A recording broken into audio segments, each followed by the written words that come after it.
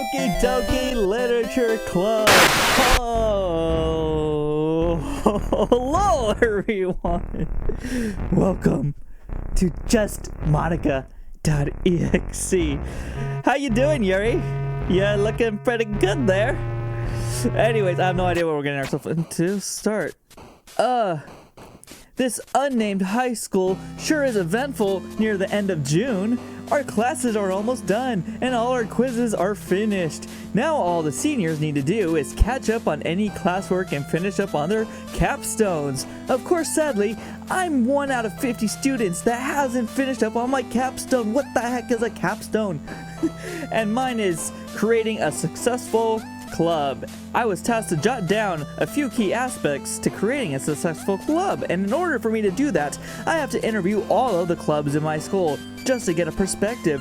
So far, I've interviewed the gaming club, the music club, the astronomy club, and the arts club, but there's one club I haven't interviewed that's been the most rejected out of all of them. It's called the Literature Club. According to its description, it's supposed to help you expand upon your writing skills and reach levels of creativity that you never even touched upon. But to be honest, it doesn't sound all that bad. I mean, writing is an essential skill that proves how much your intellect has grown, and I guess that's why most people don't join the club. But today, I'm willing to interview the club and its members despite its current condition. I brought a bag of special equipment just in case.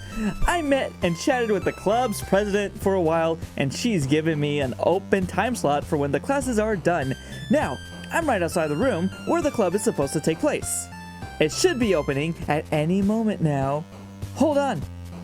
Give us just a minute. Alright, you can come in now. I tightly clutch my clipboard, slowly open the door, and walk inside. Oh, man. Oh, wow. So far, everything seems pretty lax. There are about 3 other members here. The first one is reading manga, while the second one is reading what appears to be a book with a black cover and small bloody eyeball on it. The third one is sitting at a desk, writing what appears to be a clever poem about her favorite things. How cute! The last one, which is the club leader, notices me, then slowly gets up from her desk, pushes in her chair, and begins running straight towards me. Oh, hello there. Sorry, I wasn't expecting you to turn up so soon. It's okay, Monika. How do I already know your name? I guess I already know you. It took a long while for me to get here anyway. So, did you tell everyone that I was going to interview them? Why, yes, I did. And they're all really eager to give you some tidbits on how our club operates. Now, everyone, please come over here to meet our interviewer. As soon as Monika says this, all 3 of the girls immediately stop what they're doing and walk over to where Monika is standing. To start, this is our horror expert, Yuri. Hi. We welcome to our club. Yuri shyly looks away from me. That reaction alone is slowly strumming at my heartstrings like a guitar player. Next up, here's our expert sweets maker, Natsuki. Monika! This is the interviewer you were talking about! Another guy! Seriously, why do we always have to get the worst out of everything? Well, she looks like an average everyday tsundere. But I guess I should take back that comment. Sorry, don't hate on my Natsuki voice, please. After all, there's more tsundere than what's going on the surface. And, of course, this is our vice president, Sayori. Hello. It's nice to meet you. Well, guys, it looks like we've hit ourselves a grand slam because this club is full of incredibly cute girls. Yes, we've already known this. I'll be interviewing all of them, though they don't look like they're happy about it. Okay, everyone.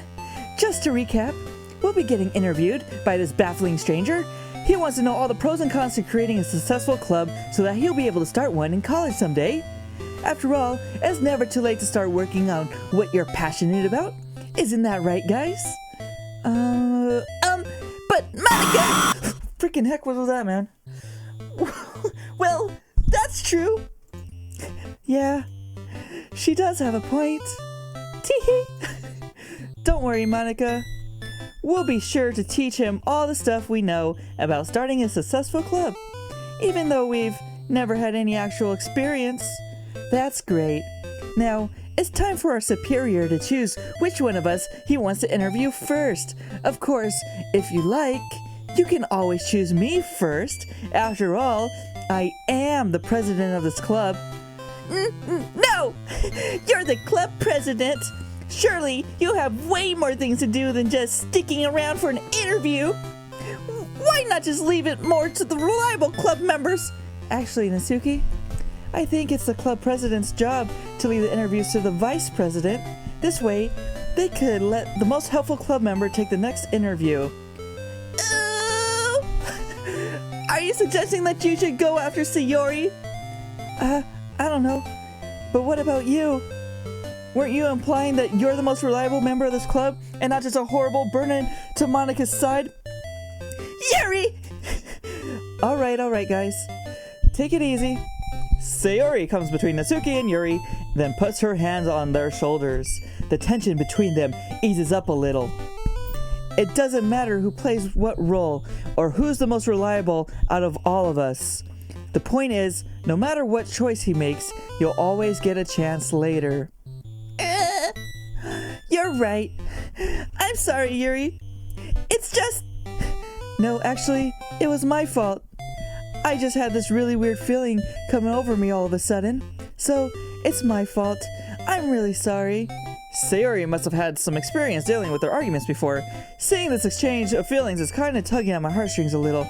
Well then, now that you guys have made up, Monika! Hey Monika! Are you alright?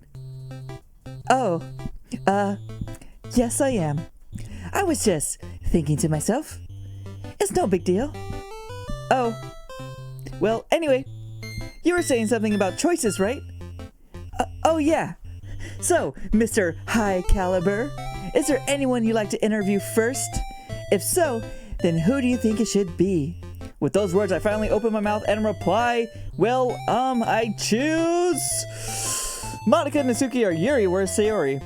We're gonna go with Yuri. Yuri! Hey, Yuri, how you doing? Me? Oh, you chose to interview Yuri first? Well, I guess that's to be expected. After all, she is very intelligent and quite mature and experienced, I might add. Flustered, Yuri begins to fiddle with her hair. Her face begins to shine bright red. Monika, please stop it. Well, I guess that's fair. Seriously? Why won't you play with me instead? You know, when you're already done interviewing Yuri, you can always confront one of us next. You can always confront me, or Monika, or Sia. Actually, I can't. I still need to finish up on a rough draft I was writing for another club. So, if it's alright with you guys, can you just fill up some time for me, please? Fine, we will. Just don't take too long, or we'll just skip right over you. Don't worry. I promise I won't be long. Oh, bye, Sayori. Sayori walks over to her desk and continues writing where she left off in her poem. Her cheerful expression suddenly shifts to intense focus mode. She must be putting in a lot of effort in her own poem that she is focused. Alright, everyone. Since we have most of the work cut out for us anyway, Natsuki, can you head over to the kitchen? I'll be helping you make some cupcakes for all of us. Yeah, sure, Monika. I'll go and get the ingredients. Natsuki tries to run for the door, but she winds up getting tangled in between some of the desks. Her skirt gets caught between some of the chairs, but she manages to break free. She then walks to the door as if nothing ever happened. Don't worry, I'll catch up with you. Now, Yuri, please, try not to confuse our guest. Keep things simple for him. If anything, keep it at a lighter tone than usual. You do know what I mean by that, right? Yeah, don't worry, Monika. I'll try not to bask in the pleasure of severed limbs again.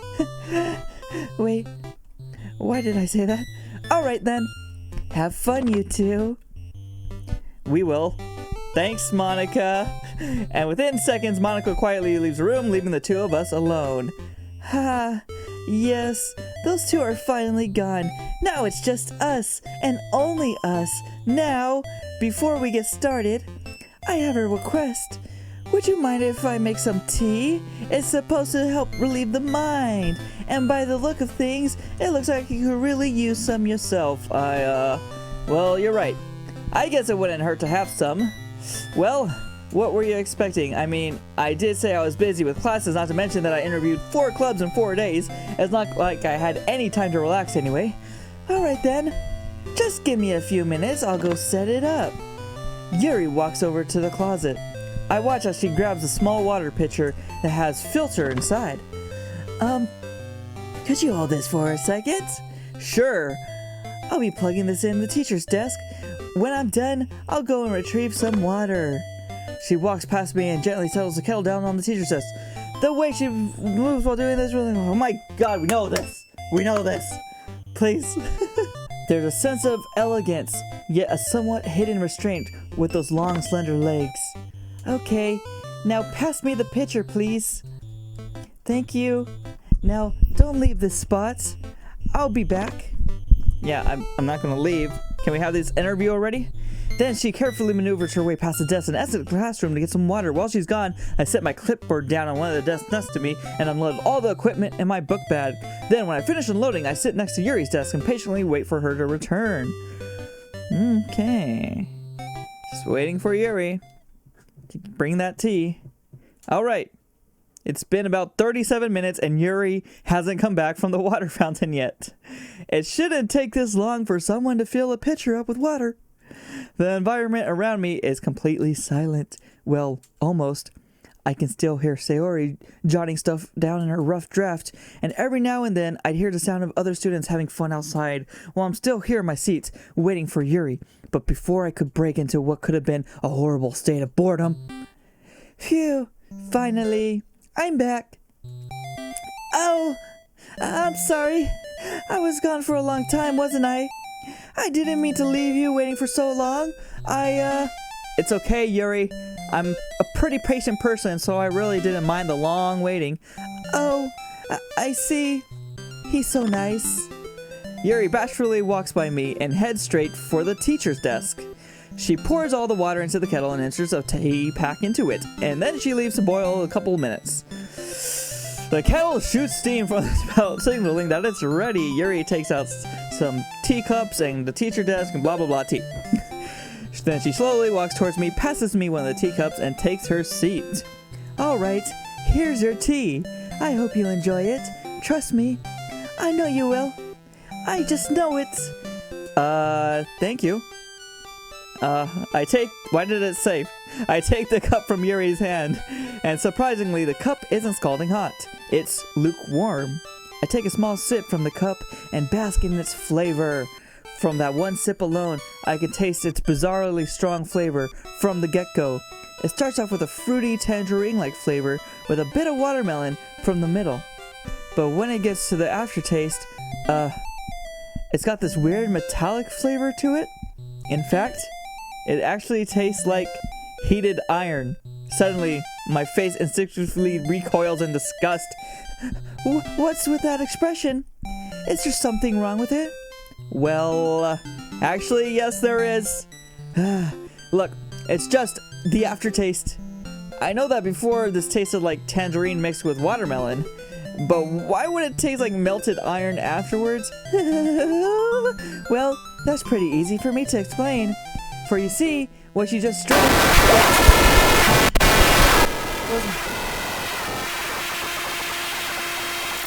Oh my god, so loud. Where's my blood? Oh my god, look at me just stood there. Oh my god. And now, everything inside you, your body now belongs to me forever. I take the cup of tea from Yuri's hand. And surprisingly, the cup isn't scalding hot, it's lukewarm. I take a small sip and bask in its flavor. From that sip alone, I taste bizarrely strong from the get-go. It starts off fruity tangerine with watermelon, and the aftertaste kind of makes you feel like you're in front of an emotional fireplace. Wait, it tastes like chocolate, you said? It was... Okay. It's not blood. That didn't happen. So, what do you think? Does it taste good? Yeah, good? This tea is more than just good. Why, it's even better than my own imagination. It's just what I needed, Yuri. Why, thank you. Okay, it's pretty clear that Yuri can't handle the compliments. She's shyly looking away from me, with her hands hiding behind her back. Maybe it's better to leave the compliments at that. Now I take the clipboard from next to me and slip a piece of paper onto it. I open up my special bag, take out a guidebook on psychology, and open it to a section on creativity. Yuri seems to be the creative type. Sorry, I'm like still shocked. Not to mention that Monika said she's pretty experienced. But I want to see how far I can make her go with this. I want to test Yuri by having her discuss that book on the undead she was reading moments ago. Oh my god, that had to be like the biggest jump scare oh man, god. I think I got a foot off the ground. I think maybe that book is the key to inadvertently getting the aspects I need to make a successful club. Alright, Yuri, I'm going to start interviewing you now. Though instead of asking you a bunch of cliche questions, I'm going to try something new. I point to the book on her desk. That book on your desk. The cover looks pretty intriguing. Suddenly, a spark ignites in Yuri's eyes, and all Yuri's shyness instantly takes a vacation. Oh, this book? It's the sequel to my favorite book. It's called Portrait of Makarov, Project Libitina. But before I give you the major details on it, come a bit closer. You'll get a better view this way. I move my chair closer to Yuri, feeling slightly nervous. With moments to spare, she opens up the black-covered book. Her gaze passionately locks onto it. In it, there's literally nothing but a bunch of backwards letters that I can't interpret. And for some reason, Yuri is able to read it all. But how? Well, I'm sure Yuri has some kind of answer. Wow. Yuri, your book. All the words are backwards. Mind if I ask why that is? Oh, well, you see, this book was supposed to be written backwards to prevent the readers from interpreting any secrets. Thankfully, I've recently practiced reading backward letters, so reading this book has been a breeze. But it's also been quite troublesome, since there have been some rearranged words mixed into it as well.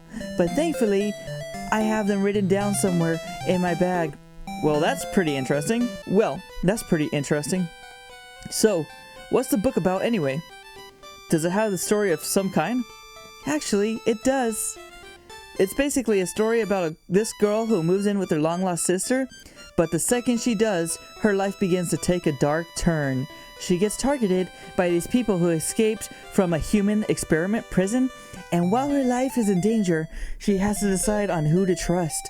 But no matter what she does, it destroys most of the relationships she has, and her life begins to fall apart.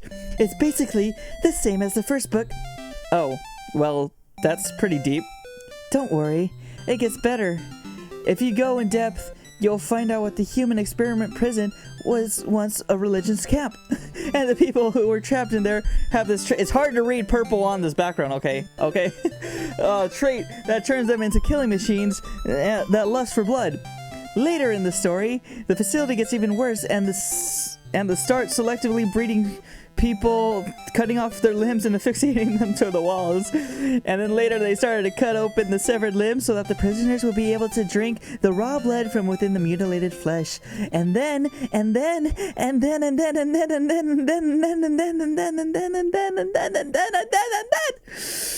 Yuri? Can you please? Oh, you're just joking. Oh, wow. I've been aggressively pushed down to the floor. Oh, ow. The glass remains of our tea has shattered to the ground. Some have even stuck into my flesh. I try to get away from Yuri, but she's sitting directly on top of me. Her hands are now on top of my chest, keeping me from making any sudden moves. Looks like there's no denying it. I'm trapped, and this time there's literally no way out. Yuri! Why are you... Shh. Not another word. Yuri then proceeds to rub her hand all over my chest. Her hands feel so soft and tickly. There's this tingling sensation inside me that I've never felt before. It's slowly making me lose my train of thoughts. This making me feel uncomfortable. Yuri, please stop. Just as I thought. You feel just like him. In fact, you even smell just like him too. But how? It's strange. Usually he's the only person that feels my excitement, but you, of all people, why you look nothing like him. Are you seriously trying to mess with my head? Oh, I get it.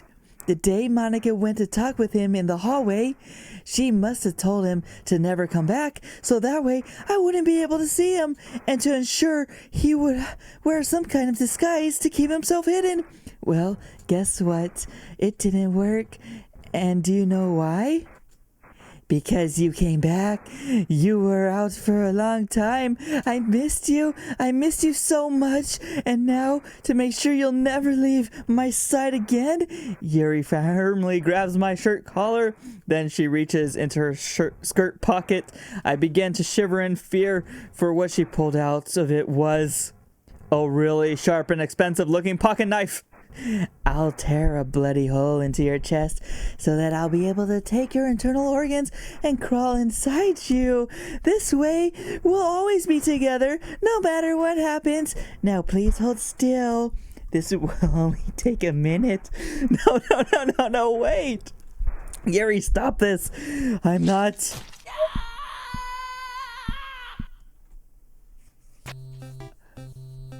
Yuri erased. Oh, whoa. Okay, we're going to continue this in another episode. That was Yuri. Completely insane, but we're okay. Next episode we'll do Natsuki, and then we'll end off with Monika. This is very interesting. A quite different story where they're actually literally insane. Anyways, thank you all so much for watching. LiNX4 out.